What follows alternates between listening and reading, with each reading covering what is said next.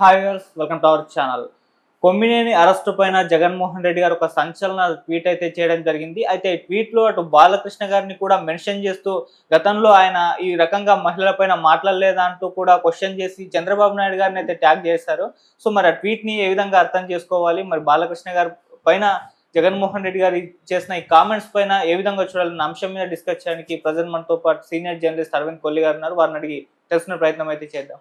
Sir నమస్కారం sir. Sir అటు Kommineni arrest ను ఖండిస్తూ జగన్మోహన్ రెడ్డి గారు ఒక ట్వీట్ చేశారు. సో అందులో బాలకృష్ణ గారి పేరుని కూడా మెన్షన్ చేస్తూ మరి గతంలో మీ బావగారే ఇటువంటి చేశారు కదా, మహిళల పైన ఇటువంటి కామెంట్స్ చేస్తారు కదా, మరి దీనికి మీరేం సమాధానం చెప్తారంటూ చంద్రబాబు నాయుడు గారిని క్వశ్చన్ చేస్తూ పెట్టారు సార్. మరి దానికి మీరేం సమాధానం చెప్తారు సార్? అంటే అసలు ఇక్కడ వివాదం వల్ల అమరావతి మహిళలని, అమరావతి ప్రాంత ప్రజలని ఉద్దేశించి చేసినటువంటి వ్యాఖ్యలు. అంటే ఇది ఏ రకమైనటువంటి రాజధాని, ఇది దేవతల రాజధాని కాదు, సో అండ్ సో రాజధాని అని కృష్ణరాజు చేసినటువంటి వ్యాఖ్యలు. కృష్ణరాజు చేసినటువంటి వ్యాఖ్యలని నర్మగర్భంగా దాని గురించి మాట్లాడుతూ కాస్త వెగతాళిగా మాట్లాడుతూ, అంటే ఈ వ్యాఖ్యల్ని ఖండించకపోగా, వ్యాఖ్యల్ని నిరోధించకపోగా, వ్యాఖ్యల వలన మీరు మరిన్ని కేసుల్లో ఎదుర్కొనే అవకాశం ఉంటుందని మాత్రమే మాట్లాడినటువంటి కొమ్మినేని శ్రీనివాసరావు వ్యాఖ్య. కొమ్మినేని శ్రీనివాసరావు చేసిన ఆ వ్యాఖ్యలు ఎక్కడ ఆయన ఆపాలని ప్రయత్నం జరగలేదు. అదే సందర్భంలో దీని మూలంగా మీరు కేసులు ఎదుర్కోవాల్సి వస్తుందని మాత్రమే మాట్లాడారు తప్ప ఆ వ్యాఖ్యల్ని ఖండించలేదు.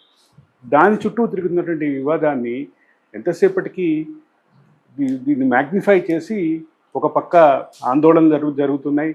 ఆందోళనలో భాగంగా కొమ్మినేని కృష్ణరాజు ఫోటోలని చెప్పులతో కొడుతున్నారు అనేటటువంటి అంశాన్ని మ్యాగ్నిఫై చేసి దీని అంతటికీ రాజకీయంగా వైసీపీ ప్రభుత్వం, అంటే వైసీపీ చేసినటువంటి పార్టీ చేసినటువంటి ప్రయత్నం ఏంటంటే అధికారంలో ఉన్నటువంటి కూటమి నాయకులు దీన్ని పక్కదారి పట్టించాలని చూస్తున్నారు, దీన్ని పొలిటికల్గా మార్చాలని చూస్తున్నారు.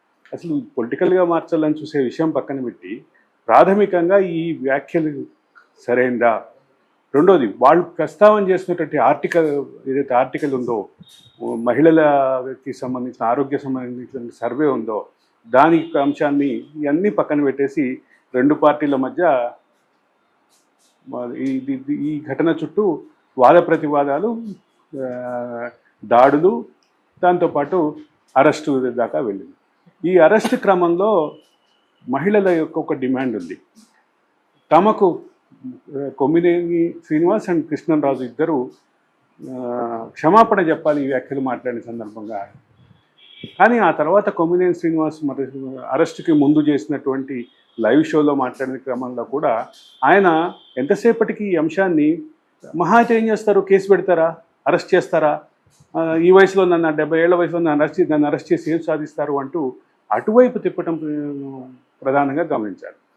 రెండో పక్కన కృష్ణరాజు అయితే అసలు ఆ వ్యాఖ్యలని సమర్థించుకుంటూ ఆయన మరిన్ని వీడియోలు చేసినటువంటి పరిస్థితి. నిన్నది విడుదల చేసినటువంటి వీడియోలో కూడా ఆయన తన వ్యాఖ్యల్ని సమర్థించుకుంటూ చేసినటువంటి పరిస్థితి ఉంది. మరోపక్క ప్రభుత్వం పదుల సంఖ్యలో కేసులో బుక్ అయినాయి. ఇప్పటికే ఒక కేసులో అరెస్ట్ అయినటువంటి కొమ్మినేని శ్రీనివాసరావు భవిష్యత్ మిగతా కేసులు కూడా ఎదురు చూడాల్సినటువంటి పరిస్థితి ఉంది. అయితే ఇంకొక ఆసక్తికరమైన అంశం ఏంటంటే ఇక్కడ వైసీపీ చేస్తున్నటువంటి విమర్శలు, వైసీపీ చేస్తున్నటువంటి ఏదైతే ఈ అంశాలని, విమర్శలకి సంబంధించిన అంశాలని కనుక కీలకంగా తీసుకుంటే ఎంతసేపటికి దీన్ని ఒక వివాదంగా, ఓ పొలిటికల్ రైవలరీగా చూపించడానికి ప్రయత్నం చేస్తుంది అనేది టీడీపీ వాదన. ఇవన్నీ పక్కన పెడితే ఇక్కడ ఒక ఆసక్తికరమైన అంశం ఉంది. A3గా అంటే ఆ ప్రధానమైన కేసు నల్లపాడు కేసులో A3గా ఉన్నటువంటి సంస్థ గురించి మాట్లాడాలి. ఆ సంస్థను రిప్రజెంట్ చేస్తూ ఎవరి పేర్లు పెడతారు అనేది ప్రధానమైన అంశం. అది సంస్థని A3గా పెట్టారు కాబట్టి ఆ సంస్థకి చైర్మన్ని బాధ్యులుగా చేస్తారా, లేదా ఎడిటర్ని బాధ్యులుగా చేస్తారా, అవుట్పుట్ ఎడిటర్ని బాధ్యులుగా చేస్తారా, లేదా ఆ దాంట్లో ఎవరిని కీలకంగా ఆ వ్యక్తిగా ఎవరు పెట్టబోతున్నారు అనేది కూడా ఆసక్తికరంగా ఉన్నటువంటి పరిస్థితి. అంటే పదుల సంఖ్యలో కేసులు బుక్ అయినటువంటి నేపథ్యంలో ఈ అరెస్టు దిశ కూడా వెళ్ళాలి. ఇక మన దీనికి సంబంధించినటువంటి జగన్మోహన్ రెడ్డి గారు చేసినటువంటి ట్వీట్ గురించి మాట్లాడదాం. ఆ ట్వీట్లో ఆయన ప్రస్తావించినటువంటి రాజకీయ అంశాలతో పాటు మరొక అంశం మీరు అన్నట్టుగా ప్రధానంగా బాలకృష్ణ చేసినటువంటి వ్యాఖ్యలు. ఇది బాలకృష్ణ చేసినటువంటి వ్యాఖ్యలు కొన్ని సంవత్సరాల క్రితం జరిగింది. ఆ వ్యాఖ్యల పట్ల చుట్టూ తిరుగుతున్న రాజకీయం, దాని చుట్టూ తిరుగుతున్నటువంటి అంశాలు కూడా బాలకృష్ణ చేసినటువంటి వ్యాఖ్యల నేపథ్యం, ఆ నేపథ్యం తర్వాత జరిగినటువంటి రాజకీయ చర్చ అది సుదీర్ఘంగా జరుగుతున్నటువంటి చర్చే. ఇవాళ కొత్తగా జగన్మోహన్ రెడ్డి గారు దాన్ని తీసుకొచ్చి రాజకీయపరమైన అడ్వాంటేజ్, రాజకీయ చర్చలో విమర్చడానికి ప్రయత్నం చేశారు. ఇక్కడ ఈ పర్టికులర్ అంశంలో వివాదం అనేది మరింత జటిలం కాకుండా దానికి క్షమాపణ చెప్పాల్సినటువంటి ఇద్దరు ప్రధానమైనటువంటి దీంట్లో బాధ్యులు వాళ్ళు అందుకు చెప్పకపోగా దీన్ని మరింత జటిలం చేయడానికి చూశారు అనేది క్లియర్.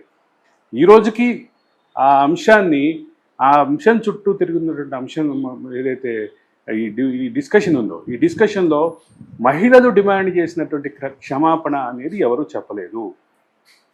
మహిళలు అనేది ముఖ్యంగా సాక్షి యాజమాన్యం కూడా చెప్పలేదు. అదే సందర్భంలో ఈ ఇద్దరు నిందితులు కూడా చెప్పలేనటువంటి పరిస్థితి. కాబట్టి ఇది ఈ పర్టికులర్ జంక్షన్లో ప్రధానంగా కనిపిస్తున్నటువంటి అంశం క్షమాపణ దిశగా వాళ్ళిద్దరూ చెప్పలేదు. రెండోది అంటే సాక్షికి యాజమాన్యానికి నా వలన జరిగినటువంటి నష్టానికి నేను క్షమాపణ కోరుతున్నాను, సాక్షి యాజమాన్యాన్ని కోరినటువంటి కొమ్మినేని శ్రీనివాసరావు అదే సందర్భంగా మహిళలు కూడా క్షమాపణ చెప్తే బాగుండేది అనేటువంటి ఒక వాదన వినిపిస్తుంది. ఇది ఇట్లుంటే కృష్ణరాజు అయితే అసలు దాన్ని ఎటువంటి తప్పు చేయలేదు అనేటటువంటి భావాన్ని వ్యక్తం చేస్తున్నారు. ఆయన మళ్ళీ ఏం చెప్తున్నారు, అది నివేదికలో ఉన్నటువంటి వ్యాఖ్యల్ని కోట్ చేస్తూ నేను ఆ కన్క్లూజన్కి వచ్చాను అని చెప్పి, ఆ కన్క్లూజన్ని ఎక్స్ప్రెస్ చేయటంలో ఉన్నటువంటి ఇబ్బంది, ఆ కన్క్లూజన్ ఎక్స్ప్రెస్ చేసే క్రమంలో అది ఆ దేవతల రాజుని కాదు సో రాజధాని అని చెప్పి ఆయన కన్క్లూజివ్ ఏదైతే కామెంట్ చేశారో దాని చుట్టూ వివాదం ఉంది. కాబట్టి ఎవరు క్షమాపణ కోరినటువంటి ఈ ఘటనలో ఇప్పుడు బాలకృష్ణని తీసుకొచ్చి ఈ కేసును మరింత జటిలం చేయడానికి, రాజకీయం చేయడానికి చూస్తున్నారు తప్ప ఈ ఘటన అనంతర పరిణామాల్లో కీలకంగా ఉన్నటువంటి క్షమాపణ అనేటటువంటి దానికి చుట్టూ ఎవరు చర్చ చేయట్లేదు. ఓకే, ఈ ఒకసారి కృష్ణరాజు అండ్ కొమ్మినేని శ్రీనివాసరావు కనుక క్షమాపణ అడుగుంటే ఇక విషయం ఎంతటితోటి అయిపోయేది అనేది చాలా క్లియర్. అంటే ఇప్పుడు ప్రతిపాదిత కేసులన్నీ కోర్టుకి కనుక సబ్మిట్ అయితే జనరల్గా ఎఫ్ఐఆర్ బుక్ అయిన తర్వాత 24 గంటల్లో చేస్తారు. ఇప్పుడు ఆల్రెడీ ఒక కేసులో అరెస్ట్ అయ్యి ఒకవేళ రిమాండ్కి వెళ్తే కాసేపట్లో తేలబోతుంది, రిమాండ్ కూడా రిమాండ్కి వెళ్తే ఆ మరిన్ని కేసులకు సంబంధించిన పీటీ వారెంట్లు కూడా వచ్చేటువంటి అవకాశం ఉంది. గతంలో ఇటీవల కాలంలో మనం చూసిన పోసాని కృష్ణమురళి కేసు చూసాం. గతంలో ఇదే రకమైనటువంటి ప్రాసెస్లో జరిగినటువంటి కేసు మరి కొన్ని చూసాం. కాబట్టి బహుళ సంఖ్యలో, పదుల సంఖ్యలో కేసులు ఎదుర్కోవాల్సిన పరిస్థితి అయితే ఉంది.